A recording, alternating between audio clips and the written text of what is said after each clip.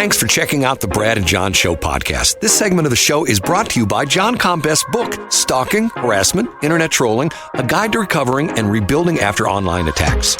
It's a great reference if you've ever been the unfortunate target of a social media attack.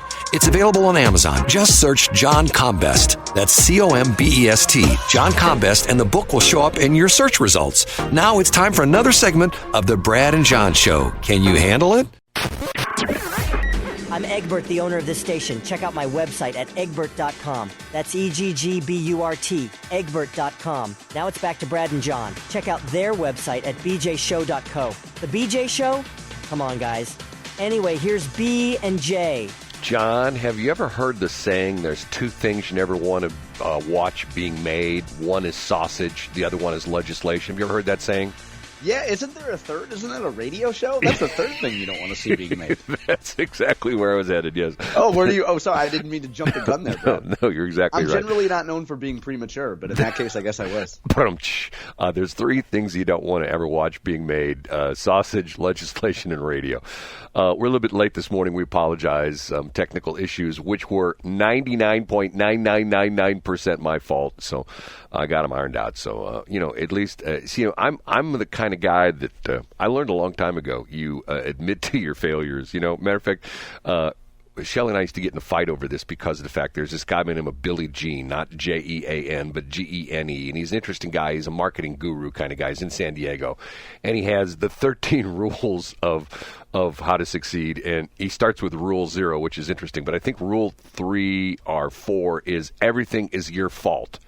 And of course it is. And the idea being is that if you essentially, it's almost like we've talked earlier this week about the 12-step program. It's almost to the point where you have to essentially come to the realization that it's not my fault. It's not the fault of my parents. It's not the fault of the schools I went to.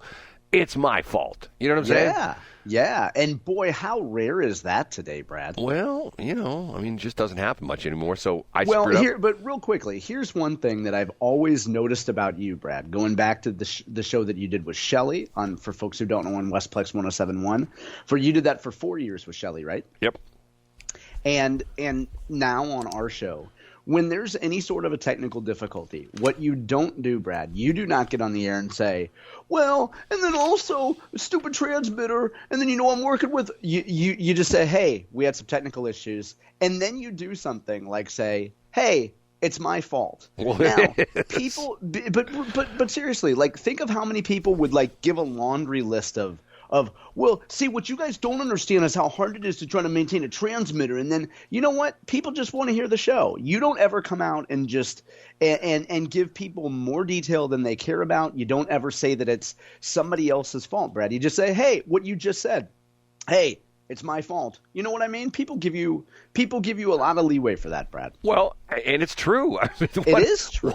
See, it's a long, complicated story, but both stations were screwed up this morning, and I had to fix both of them. And I won't go into the details of what I did to fix them, but once again, the cause of the problem was me. So well, hey, Brad, when you were fixing them, did you have on a pink safety vest? Do you own a pink safety vest? I do own a pink safety vest. Did you know that about me?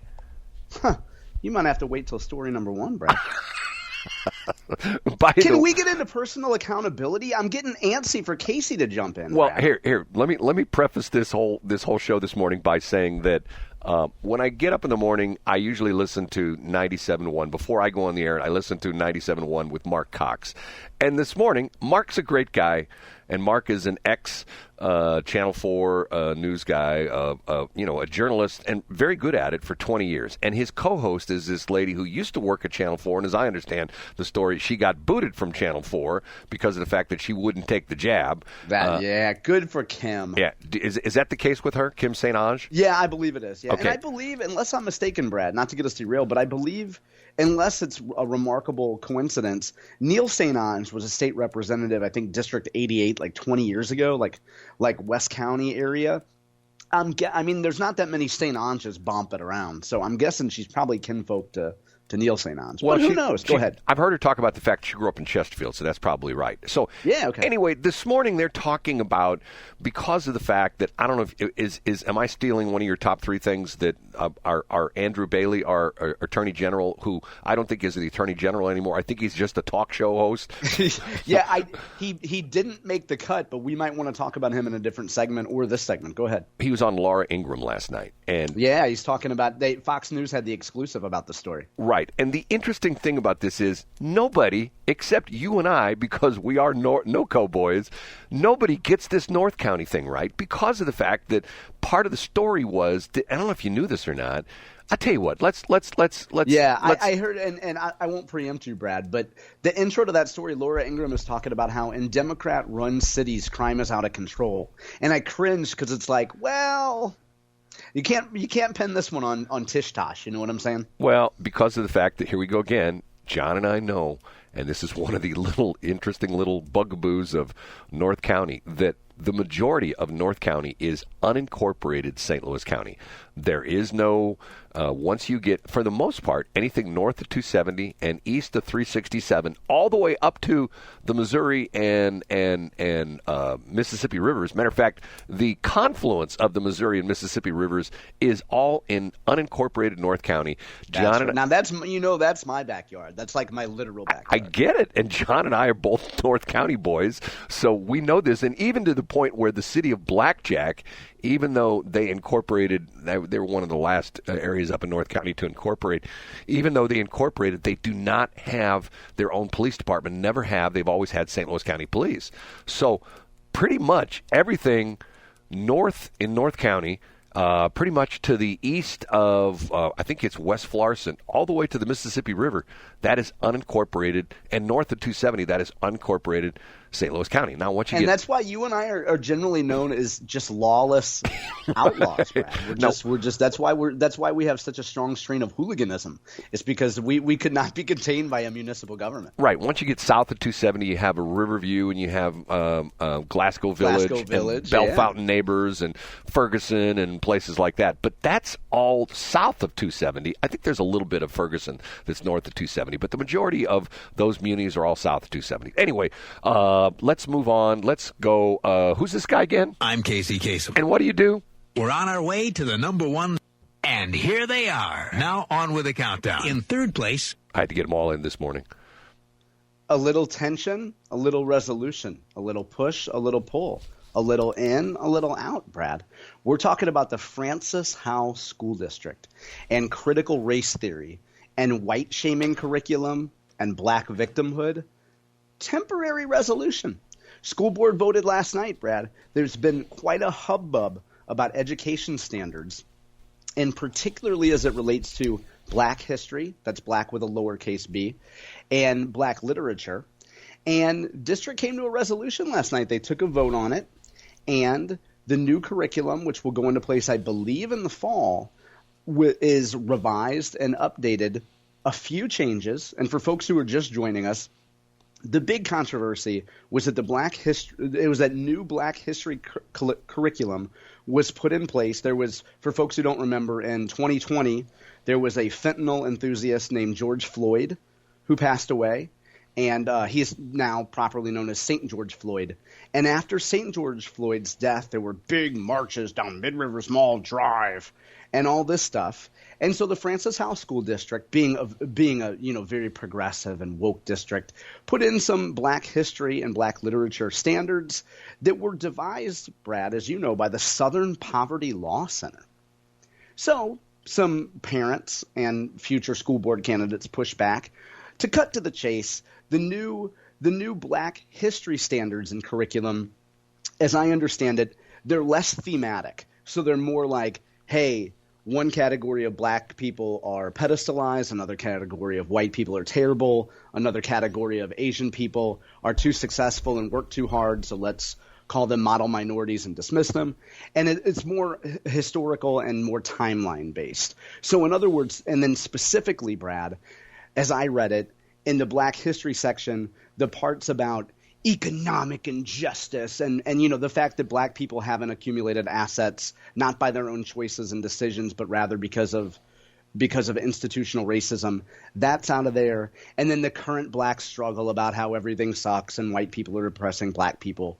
That's out of the story too. So as you can imagine, social justice warriors are upset about it. They say that the original like white shaming / black victimhood curriculum was the way to go. They're upset about it, which seems like a pretty good outcome if you ask me. And it looks like we have resolution now. So since this has been passed, there's really no turning back, and this curriculum will go into place. Interesting. Number 2. Up a notch to number 2. Brad, a really important story from The Hill, which is a D.C.-based publication.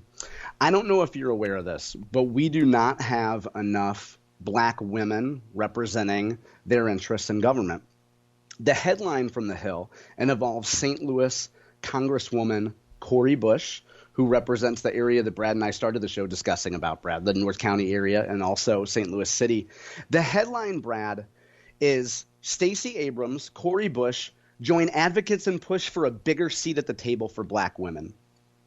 Now, the story in general is about how black women should start running for local office, how they have good federal representation, but not enough on the local level.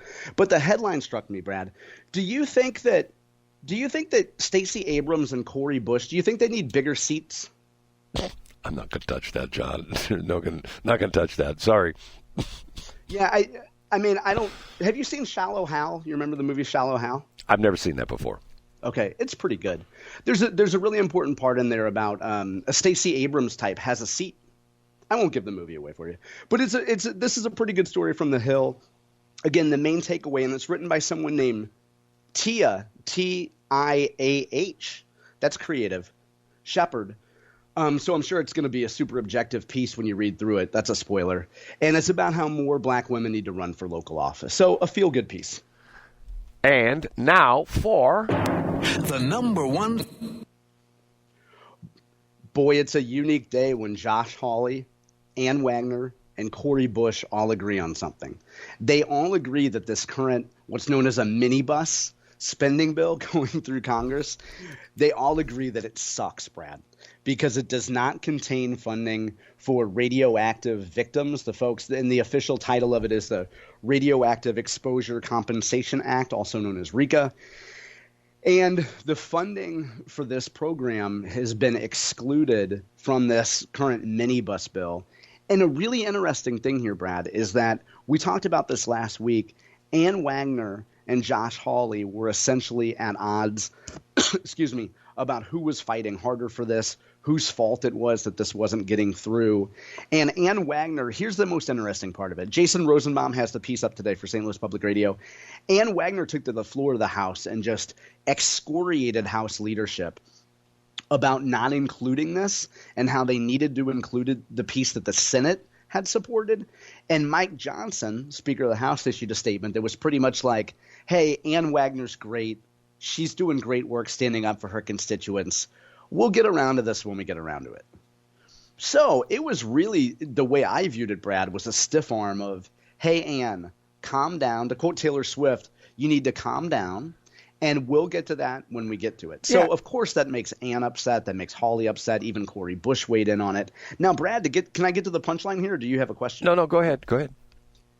The key part, my favorite part of Jason Rosenbaum's coverage here is from a July 2023 press conference. And you see Josh Hawley, you see Bill Eigel, and you see Jay Ashcroft. You see Dawn Chapman from Just Mom's STL. You know, she's been involved in the fight for a long time. And then in the back, you see a guy wearing a pink vest. Who would wear a pink safety vest? That's me. To a public event in July 2020? I don't see too well. I might have to get these cataracts looked at, Brad. Who's standing in the background there? That's me. Brad Hildebrand? That was me. Get out of town. Get out of Weldon Spring, Brad. You making fun of me. I was at that press conference. I am not making fun of you. You are there. And I was scrolling through this before the show, Brad, and I said, holy cow, that's Brad. I'm exactly right. I'm there at that press conference. I was there. And see, don't get me going on this, because once again, as a double dipper, so to speak, as a North County boy and as a St. Charles County boy, you said, what was who was the last thing you said? Something was, we'll get around to when we get around to. Who said that? Who? That was Johnson, Speaker Johnson. Okay, it's only been 90 years. So, Brad, what's another 90? Since the problem. See, we need to take a break because we're already running late because I screwed up. But don't get me going in this because once again, there is a story that has been perpetrated upon the St. Louis media that's not the real story, and to the point where I could,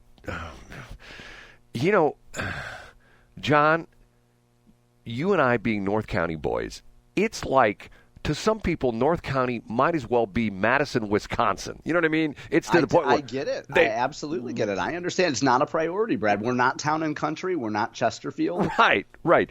And once again, I'm going to say something. I'm getting myself a little bit in trouble by saying this. I remember the horrendous shooting that took place at the Kirkwood City Hall. That guy, what was his name, Cookie, whatever his name was. Cookie Thornton, yeah. Who went nuts and walked into the City Hall, literally slaughtered a police officer on the way in, killed I don't know how many people, shot the mayor, shot this guy. I mean, there were, 2 or 3 deaths. The mayor lived for a year or so, and then he died ultimately of his injuries. Okay.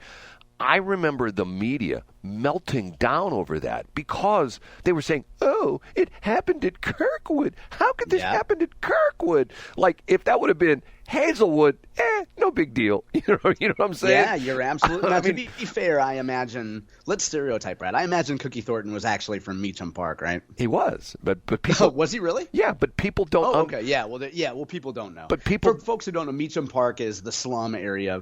It was in the past the predominantly black area, right? Until they built the monster store there. They built and then they to quote that old hippie, they paved Meacham Park and put up a parking lot. Well, they put up the Lowe's store and the White Castle and the Texas Roadhouse and the Wing Place and a bunch of other stores. That was all built on what is the area called Meacham Park. But see, once again, the part of that is that and I don't want to go off on this. Well, we're over time. Maybe we talk about it when we get back, Brad, because I want to hear more about the North County stuff. You said you had some what the story is not. Yes, and it involves once again Coldwater Creek.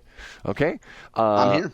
Okay, try to get my head together here because I'm still having issues other than the obvious ones. Thanks for checking out the Brad and John Show podcast. This segment of the show is brought to you by John Combest's book, Stalking, Harassment, Internet Trolling, A Guide to Recovering and Rebuilding After Online Attacks.